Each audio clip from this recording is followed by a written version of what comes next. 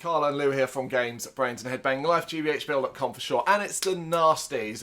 We are slowly getting there, and I feel like I'm saying that after every bloody video at the moment, but we generally are slowly getting there. And the latest that we are covering is Axe, aka Lisa, aka California Axe Massacre, two other names it's known for, one of which doesn't make a lot of sense. No. California Axe Massacre, that's the part. I know it technically there's a massacre. There is an axe, but like, the location is so unimportant in regards to the movie, it makes no sense. I think that's part of the fun sometimes of these films, is like they just think around like about a million different names for them. Yeah, I mean, it's a bit more attention grabbing, but it's by today's standards, it's really bland, California Axe Massacre, whereas Lisa does make sense, because that's the name of the main character, but that is a shit name. Yeah, Lisa. But, to be fair, getting hold of Axe as a name, just Axe, pretty cool. That's pretty cool. Yeah, it's I quite like easy. that. Yeah. Just keep it, yeah. It doesn't, again, really tell you much about the movie, but it's fine. It's a 1974 exploitation horror / thriller written and directed by Frederick R. Friedel. Now, we watched this movie knowing absolutely nothing about it. Actually, really, this is one where I knew nothing. Yeah. I didn't know why it hit the nasty list. I didn't know anything about its budget, its times, what was particularly important about it or notable about it. Part of the attraction was its length, because it comes in around 70 minutes long, which made it really digestible and kind of like, it was like, even if it's terrible, it's not going to be long. Yeah. You know, it's not an hour and a half. It's not 90 minutes. It's that sort of thing. It was 90 minutes. It's an hour and a half. 100 minutes is what I want to say. 100 minutes. And it is digestible. It's easy to watch. It flies by at a fairly standard pace. Yeah. And it's not unenjoyable because of that. Even though it is, by standards, by today's standards, other things, a pretty terrible movie. Yeah. But it's not like the worst of the nasties. It's just, I think it's forgettable. Yeah. That's more than it. That's what it is, yeah. Yeah, and it's got a very small cast, very localized, very, very low budget, super low budget, even for the 1970s. Its cast is made of Leslie Lee as Lisa, that's the main star, Jack Cannon as Steele, the gang leader, probably the best actor in it. Yeah. Probably the best actor. Alongside Lisa, to be fair, Lisa Steele, Lisa Steele, I'm combining names there. Yeah. Leslie Lee is pretty good as well, considering what she has to do. But yeah, Steele's pretty good. Jack Cannon. We've got Ray Green as Lomax.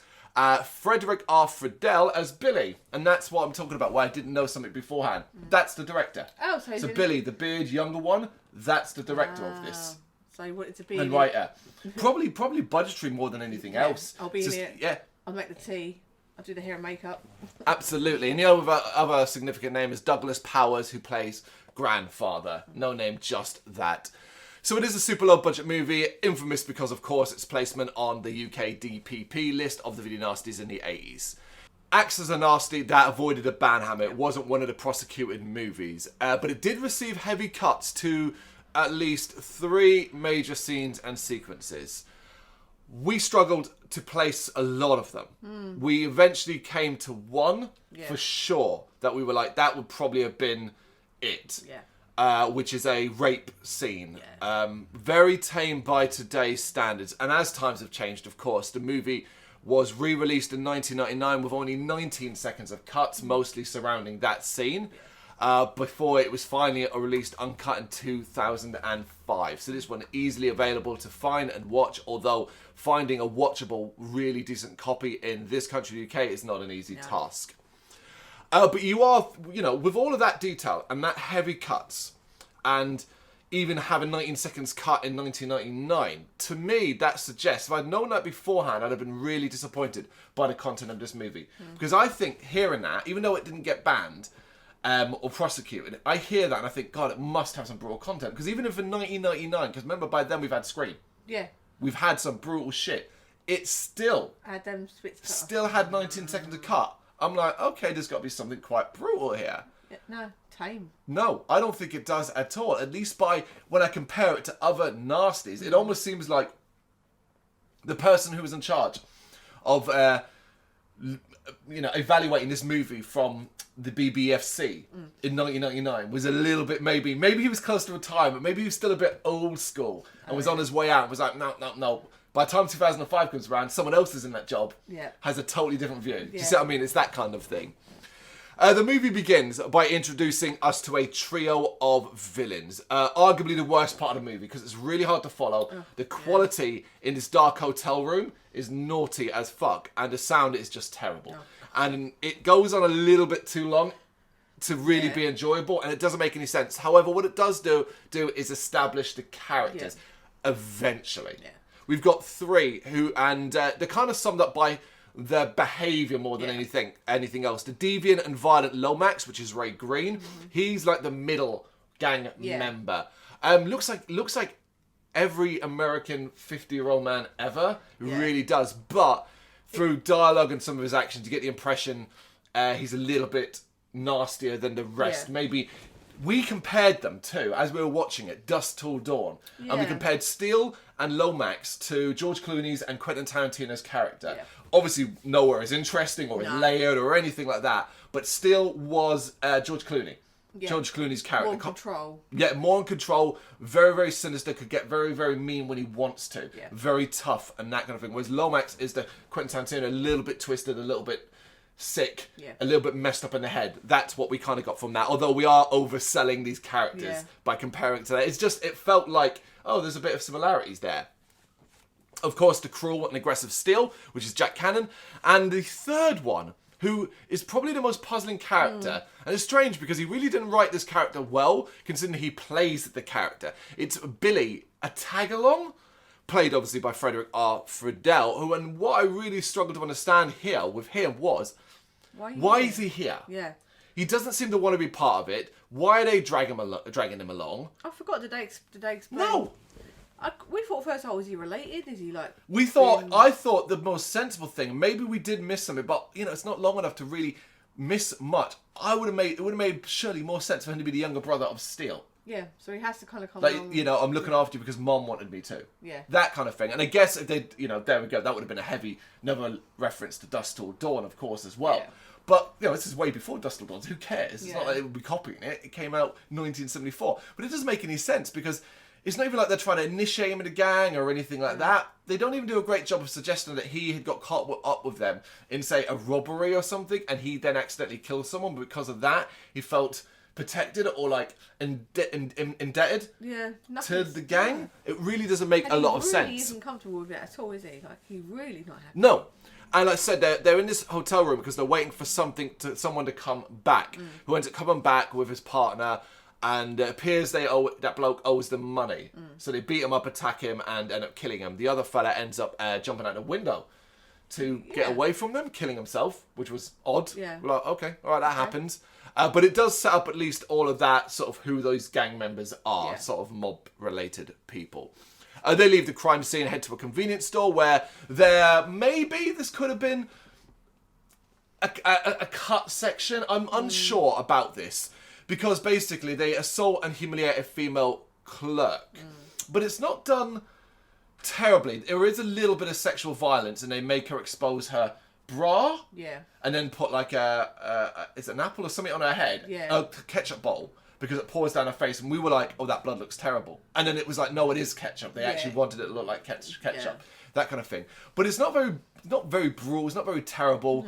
I can only think it's sexual humiliation and the abuse more than anything else, because they make her expose her top with her bra on. After that, because, you know, well done for laying low. You've just done this crime. And now, like, if you follow the pathway, she's going to report it, because they don't kill her. So she's going to report that to the authorities, and they're going to go, all right, they went this way and then went to there. So they realise they have to lay low. They do find themselves at a remote farmhouse where a young woman, Lisa, and her disabled grandfather, Douglas Powers, lives. Now, we do actually see these guys beforehand, early on in the movie. It's a very remote farmhouse. Looks very cool. Kind of reminds me of the Night of the Living Dead farmhouse, except it's on more of a hill rather than a sort of lower valley area. But we see Lisa sort of walking around. She's very stoic. Very, like, if you were to take her on first impressions, you'd wonder if she had mental health problems. By her expression. She does, like, kill a chicken as well. There's a bit of blood from that. Is it a real chicken? I don't know. Truth be told, I don't know. I don't think it is, because I feel like I would have found out that detail if it was. And I feel like there won't be a problem with it how they did it, if that makes sense. Like, if you did it, if you correctly killed it for poultry, for eating. I don't know if you can get away with that more than people just kill turtles and snakes. Possibly, but See you what could I argue mean? the turtle, for example, if you're talking about cannibal holocaust, that turtle is used for food. So there's I don't know, because you'd argue, well, you don't have to film this, you have to put this on film. Yeah. But yeah, we also see that her father, he's basically confined to a wheelchair.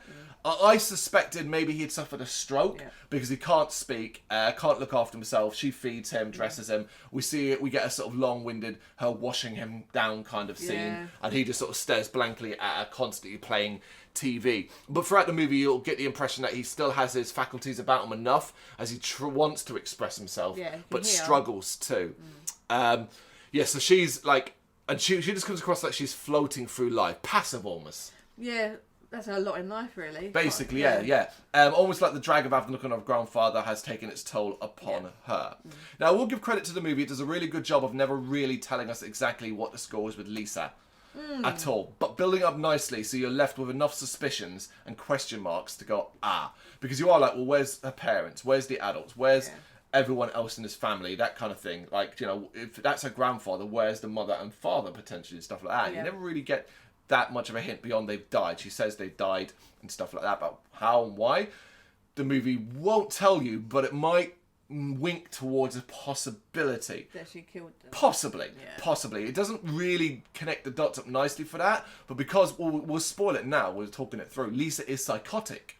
She is, to a degree, because the issue is that the movie wants you to have some sympathy for her, so has her pushed to a level where she has to retaliate. Yeah, and you can say she's protecting her grandfather, protecting her home. But then there's a thing, to a degree, but then there's a thing she does that makes you go, really? Okay, that's maybe a step too far. But yeah, the gang, they end up at this house and basically first try to act nice about it, but realising that it's Lisa and her grandfather and he's in a wheelchair and not really able to do anything, they take advantage of this. But this is obviously something they will come to regret, as Lisa is not as weak and innocent as she seems. As the movie goes on, basically Lomax wants to take advantage of her. The scene that we're 99% sure that, well, we know, actually no, I'm 100% sure, got trimmed up a bit is the fact that he breaks into her bedroom late at night and attempts to rape her, but she ends up strangling him, killing him. Later on, she will end up pulping his body somehow and turning it into soup, which would end up feeding to Steele. And I do admittedly like his reaction to that and how it is. But also, she feeds it to her grandfather, which is where you kind of like, oh. Yeah, that's a bit... That's not... Like, that, the whole I should feel sorry for, she's getting revenge on these men, a la I spit in your grave, that kind of thing. That's... Well, that's a step further. That's a bit odd, But obviously feeding to the grandfather, because when he's being fed it, he's reacting to it, like his face is trying to shake, like he's aware and stuff like that. And in this point as well, Billy, who feels sorry for Lisa and wants to help her, discovers Lomax's body when they're doing another very long-winded scene where she's trying to move the big case and he tries to help her and there's blood on it and he discovers the body. Because he didn't like Lomax, he wants to help her cover it. They do this weird thing where he arranges to meet her way out in the woods. Yeah. That's really weird. Meet me out there, but she never shows, and that's when she takes care of Steele. It does admittedly lead to a really cool plan on her part, is after she kills Steele and takes care of Steele, and that's when the axe part comes into more than anything else. She uses a hatchet that she uses for chopping firewood to take care of Steele. She also calls the police, who then arrive as Billy runs in fear from Lisa, runs outside, and the police shoot him dead, thinking that he was obviously the person responsible. It works brilliantly. It's really cleverly done. We praised the ending. And so that was really, really clever. And overall, Axe is a better movie than expected because it is short. Like, imagine this, and it already has moments that drag, but imagine this dragged out to another 20 minutes. No. It would be painful.